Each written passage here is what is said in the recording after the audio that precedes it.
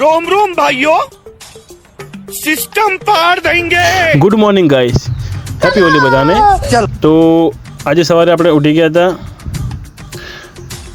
જોયું તો થઈ ગયું હતું મોડું, તો પછી આપણે એને થઈ ગયું ચાલો આપણે જતા રહીએ ફટાફટ બહાર જઈને જોયું તો તાપ એકદમ ચડી ગયો હતો, સુરત દાદા આવી ગયા હતા ઉપર, તો આપણે જશો હવે મોઢું ધોવા માટે।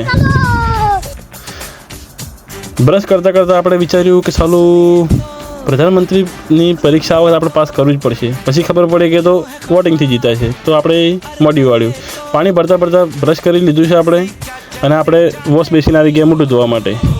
મોઢું ધોઈને આપણે જવાનું છે ચા પીવા માટે, મોઢું આપણે ધોઈ લીધું।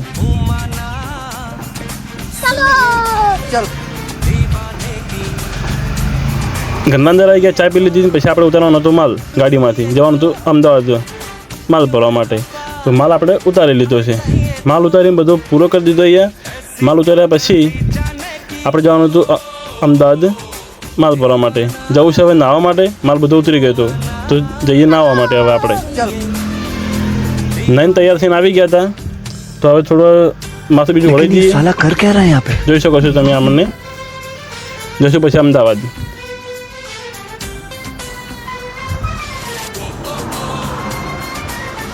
सिस्टम पार देंगे। આવીને બેસી ગયા ગાડીના અંદર અને ભગીને કરી દીધા ટાટા, તો હવે જઈએ અમે અમદાવાદ, બાય બાય। રસ્તામાં જોયું તો નર્મદા કેનાલ હતી, નર્મદા કેનાલ જોઈને થયું કે ચલો આમાં નાહ્યા હોય તો તરવાની મજા આવે। પછી વિચાર્યું કે ચાલો આપણને તો તરત જ નથી આવડતું, તો આપણે નાહવાનું મોડી વાળી પછી ચાલશે, આપણે ઘેર જ આપણે નહીં નાહ્યા હતા। રસ્તામાં જતા હતા સામેથી અચાનક જ આવી ગયું બાઇક, આપણે ફાઇનલી પહોંચી ગયા હતા માલ ભરવા માટે। આ છે માલનું ગોડાઉન, તગારા છે, આપણી ગાડી લોડ થઈ રહી છે, અને આ છે મામા ગોડાઉનના ઓનર। ટીડિયમ તો પછી આપણે અહીંથી માલ ભરીને આવી ગયા હતા તલોદની બજારમાં ધોણી જવા માટે। આ છે અહીંની હોળી, તમારે ત્યાં કેટલી હોળી છે એ કહેજો।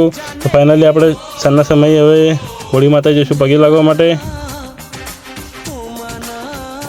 વસ્તુ બધી લઈ લીધી છે, ધાણી છે, ખજૂર છે, શ્રીફળ છે, અને પાણીનો લોટો પણ છે। આ છે ગટો, થોડા જઈ રહ્યા છે આગળ। તો હવે આપણે પહોંચવા આવ્યા છીએ હોળી માતાએ, જે રસ્તામાં થાય છે અમારે હર વખત થાય છે આટલી હોળી।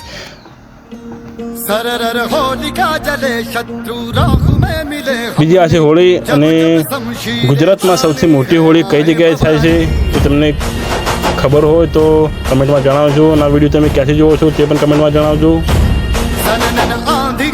તો ફાઇનલી આપણે હોળીની પરિક્રમા કરી લીધી છે, પગે લાગી લીધું છે એમ ત્રણેય।